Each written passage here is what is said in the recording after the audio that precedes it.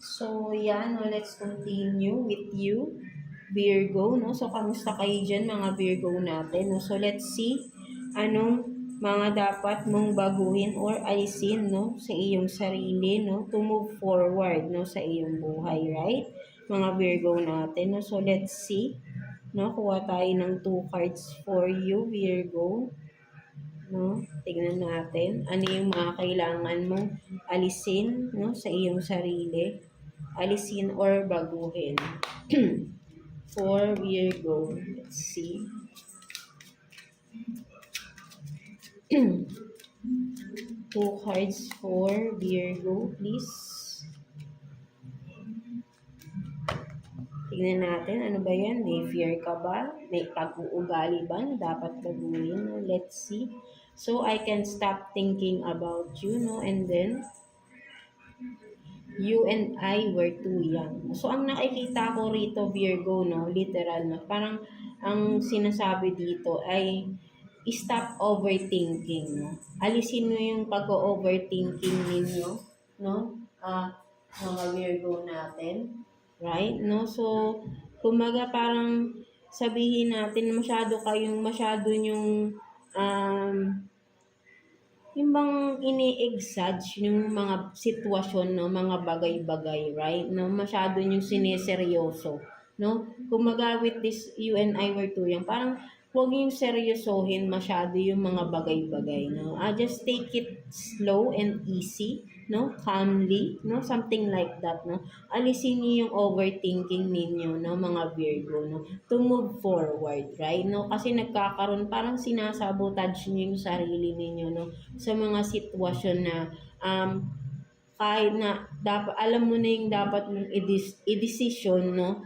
Pinapahaba mo pa ng pinapahaba. You are overthinking na hanggang sa hindi mo na nagawa yung dapat na decision, no? Something like that, no?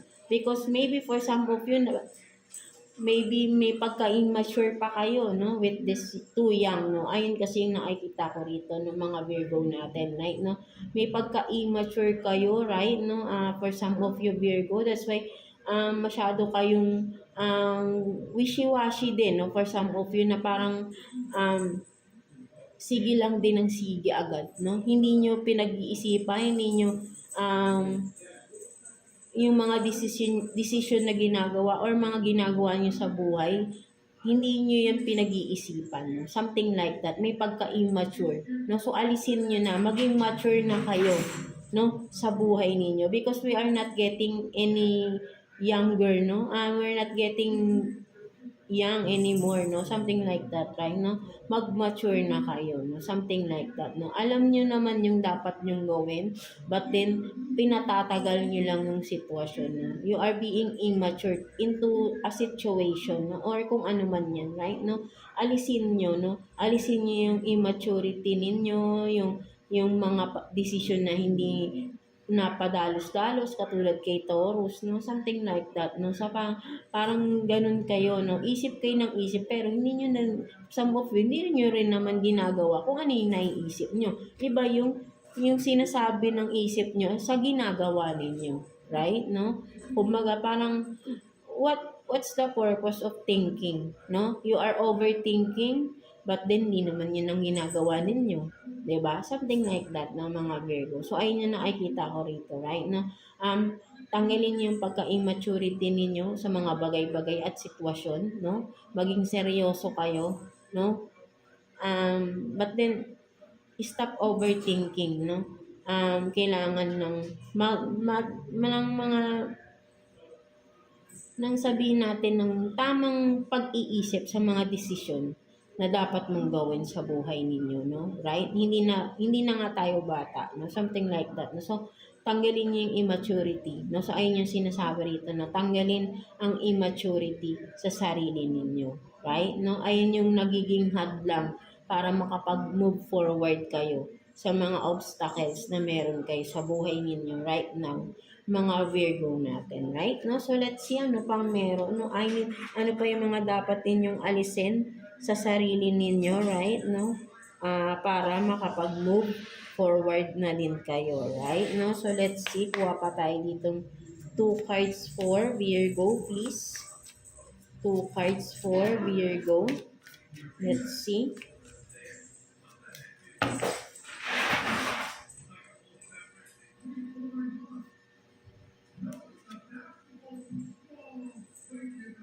So you have this, the shadow side, and then 3 of Swords, no? So, ang nakikita ko naman dito, no, mga Virgo natin, no? Kumbaga parang may takot kayo, no? Takot kayong harapin yung katotohanan, no? Something like that, no? Kumbaga, alam niyo na eh, no? Alam niyo na yung sitwasyon, no? Kung ano man ito, right, no? Masakit na eh, no? Masakit na. Alam niyo nang nasasaktan na kayo, no? But then, takot pa rin kayong harapin, no? Kahit masakit na, no? Kumbaga, hindi nyo pa rin matanggap na ito yung katotohanan, no? So, kailangan mo rito ay baguhin mo yung sabihin natin na parang ayaw mo kasing malaman ng ibang tao eh, right? No, for some of you, no, ayun yung nakikita ko rito, no. Mas iniisip mo yung ibang tao, sasabihin ng ibang tao, kaysa dun sa nararamdaman mo. No, something like that, no. Show your true self, no. Parang ayun yung nakikita ko rito, no, the shadow side, right? No, kumaga, may fear ka na isabi, no, kung sino ka or kung ano man tong mga gusto mong sabihin, no, na alam mong kailangan mo nang sabihin kasi masakit na, no? Nasasaktan ka eh, right? No, ba't hindi mo ginagawa yung dapat mong gawin? Takot ka na ipahayag or kung isabi, no? Something like that, no? Kailangan mo dito ay alisin mo yung fear mo, no? Sa sarili mo and speak what you want to speak out, no? Something like that, right? No? Isipin mong may karapatan ka, no? Dahil nasasaktan ka na kung ano man ito, right? No? Hindi ka makaka-move forward kung hindi ka magsasalita, no? Kung ano man ito, Virgo, right? No? Na sobrang masakit na, no? Nagpapasakit or nagpapabigat na sa itong sitwasyon na to, no? At kailangan mo nang sabihin kung ano to, ano man tong nararamdaman mo, ano man itong gusto mong sabihin, may mga nalalaman ka ba na mabigat na para sa iyo, no? Na kailangan mo nang ilabas, no? Hayaan mo yung sasabihin ng ibang tao. Right? Ang isipin mo dito, sarili mo, no? Paano ka makaka-move on sa sitwasyon na itong kinakaharap mo kung may takot ka na ipahayag yung sarili mo. Right? No? So, ayun yung nakikita ko rito, no? Ipahayag mo yung sarili mo. Alisin mo yung takot, no? For some of you, no? Mga Virgo natin, right? No? Kung ano man yan, na parang kailangan mong ipaglaban dito yung sarili mo eh. No? Something like that, no? Ayun yung nakikita ko dito, no? Mga Virgo natin. Right? No? So, let's see, no? Ano pang meron, no? Mga kailangan yung alisin or baguhin sa inyong sarili, right? No? To move forward sa mga obstacles na meron kayong right now, right? No? So, let's see ano pang meron.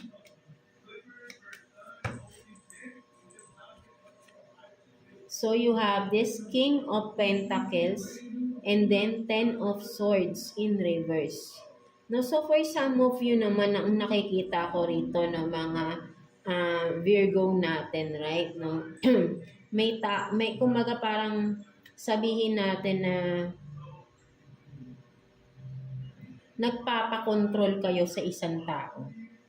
Right? No? There is someone controlling you, no? Or manipulating you, or someone na hindi ka makakilos, no? Hindi mo magawa, no? With the 10 of Swords in reverse, right? No? Parang may gusto kang gawin, no? Na hindi mo magawa because of someone na may authority, no? Someone na parang siguro siya yung nagpo-provide sa inyo. That's why parang sunod-sunuran ka lang, no? So, alisin mo ang kailangan mo rito, baguhin mo yung ugali na parang sabihin natin, nagiging sunod-sunuran ka. Isipin mo rin na may karapatan ka rin, no? Kung ano man to, kung sino man tong someone na ito na parang siya yung nasusunod palagi, right? No? Kailangan dito mag-stand up ka din para sa sarili mo, right? No? Maybe may kinalaman ka dito na nasasaktan ka na eh, no? Hindi mo maipaglaban yung sarili mo, right? Na parang feeling mo wala kang karapatang gawin yung mga bagay na gusto ninyo. Right, mga Virgo natin. Lahat tayo may karapatan, right, no? Nasa pag-uusap lang yan ng maayos, no? Kung sabihin natin na siya yung nagpo-provide, kung sino man itong someone na nagpo-provide sa inyo, na sinusunod mo, no?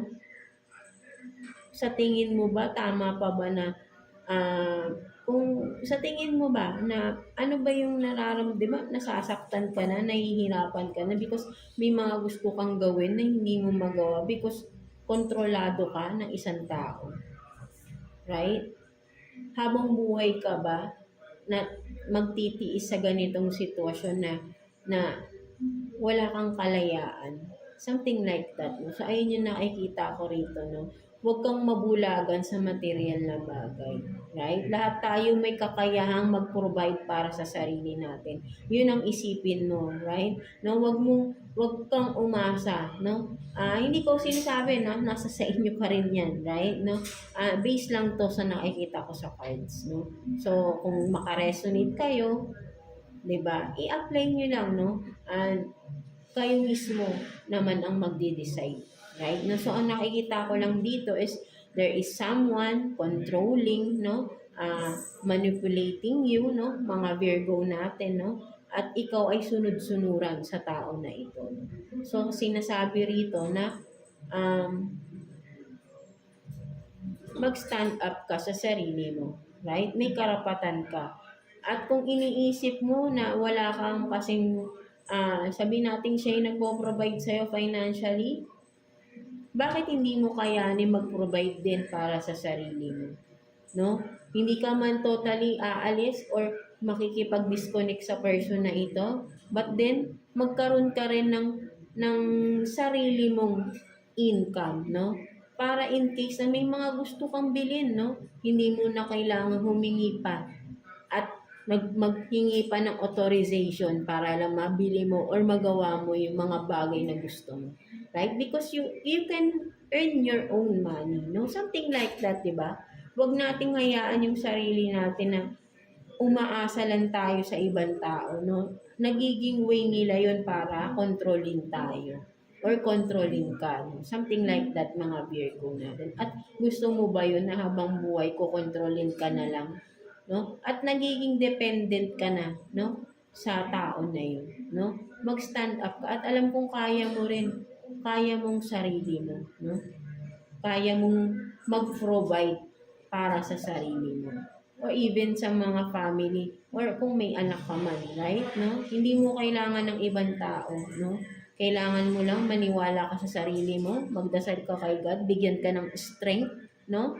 Faith sa sarili mo, faith in God, ayun lang ang pinaka-importante, bibigyan ka ng lakas, no? Para ma-providean mo yung dapat mong i-provide sa sarili mo nang hindi umaasa sa ibang tao. Kasi doon nagsisimula makontrol ka ng ibang tao. Kung nakikita nila na wala kang kakayahan, 'di ba?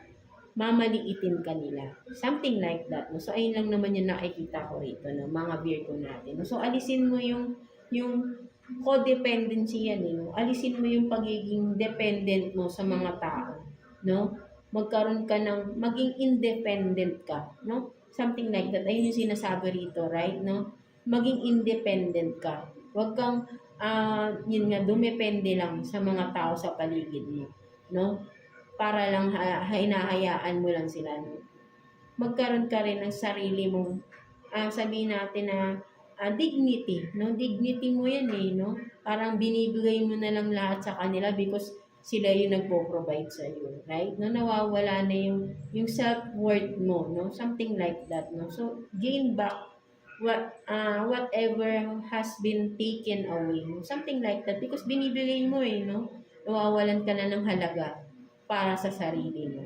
Right, no? Kasi sila mas iniisip mo dahil sila yung parang ang nangyari, no? Material things, no? Parang ayun na lang ba yung halaga mo para sa kanila, para sa mundo na to? Wala bang mas magandang kabuluhan para sa sarili mo? And you can start that within yourself, no? Something like that, di ba? Mga Virgo natin. So, let's see, no? Person on your mind, no? Anong sitwasyon ninyo? Person on your mind, mga Virgo natin. So, kuha tayo ng 2 cards for you, Virgo, no? Person on your mind, mga Virgo. Tignan natin.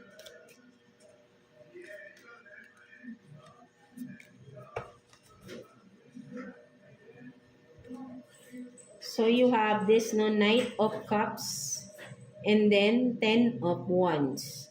No, so for some of you, right, no, ang nakikita ko naman dito, no, for some of you, there is someone, no, admiring you, no, for some of you Virgo, or ikaw ito, vice versa, right, no, and this person, no, makikilala mo siya, no, kumaga, I think kilala mo na to, no, maybe for some of you, parang friends kayo, no, sabihin natin, no, magkasama kayo sa lahat ng adventures ninyo sa buhay, right? Best friends, no? So, sabihin natin, no, itong tao na ito, no, palagi lang yan talagang nandyan sa'yo, no? From thick or thin, no? Something like that, no? Maaasahan mo tong tao na to, 100% sure, no? Kung sino man ito, Virgo, right? No? Hindi ka nito iiwan, no? Yung hand niya, i-offer niya always for you, no? So, best friend mo man ito o partner mo man ito, maaasahan mo tong tao na ito. Huwag kang mag-doubt sa kanya. No, something like that ng mga Virgo natin, right? No, so what else, no? Kuha pa tayo ng 2 cards for you, Virgo, no? Tingnan natin, person on your mind, anong sitwasyon? Tingnan natin.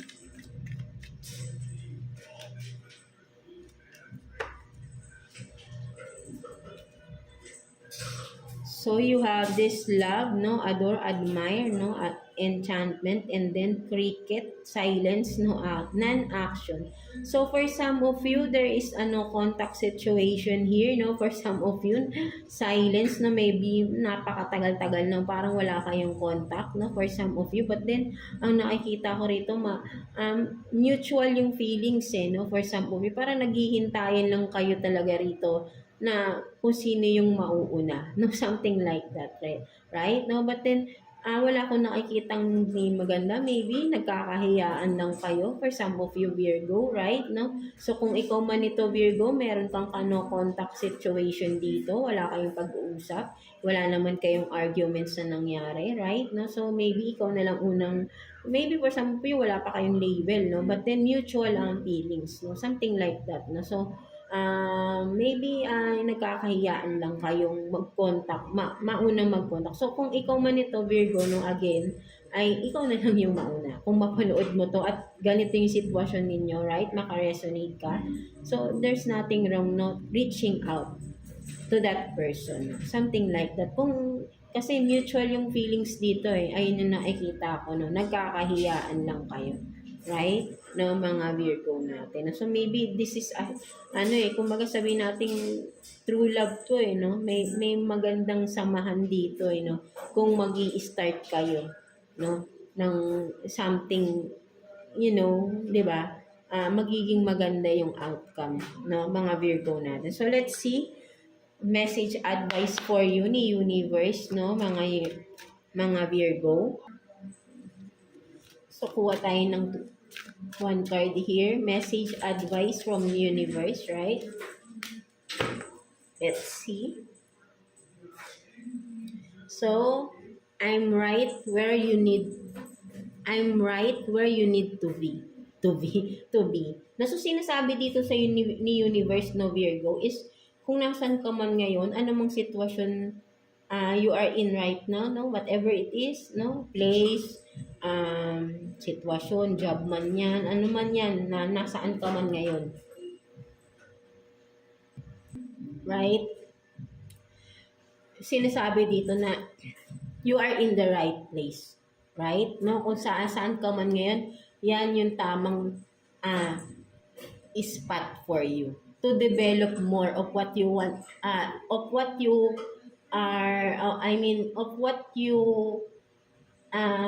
sabihin natin na i-develop pa, no, kung ano man ito, right? No, kasi parang feeling ko rito may mga gusto kong simulan or may sinisimulan ka, but then you are doubting kung tama bang nandito ka sa sitwasyon na to. So, sinasabi sa ni universe is, yes, you are right, that you are in the right place at the right time. this time. Something like that, right? No? So, gawin mo lang kung ano yung ginagawa mo, sinisimulan mo, no? Continue, no? Dahil may magandang outcome yan, may magandang resulta yan, no? Basta ay tuloy-tuloy mo lang, no? Because nasa tamang, ito yung tamang panahon para sa bagay na yan, ano man yan, no? Ikaw lang din nakakaalam yan, Virgo, right? No? Kung ano man ito, ay ito yung tamang panahon for that, no? Something like that, no? So, ayun yung sinasabi sa'yo dito ni Universe na, huwag ka nang mag-doubt, gawin mo na yan, no? Because you are in the right place, right time, no? Something like that, no? So, yeah, that's it for you, mga Virgo natin. So, I hope na naka-resonate kayo sa reading natin today, mga Virgo natin. So, yeah, God bless you all and thank you for watching, Virgo. So, yeah, no, let's continue with you, Capricorn. So, kamusta kayo dyan, mga Capricorn natin, no? So, let's see anong mga dapat nyong baguhin or alisin, no, sa inyong sarili, no, mga Capricorn natin, right? No?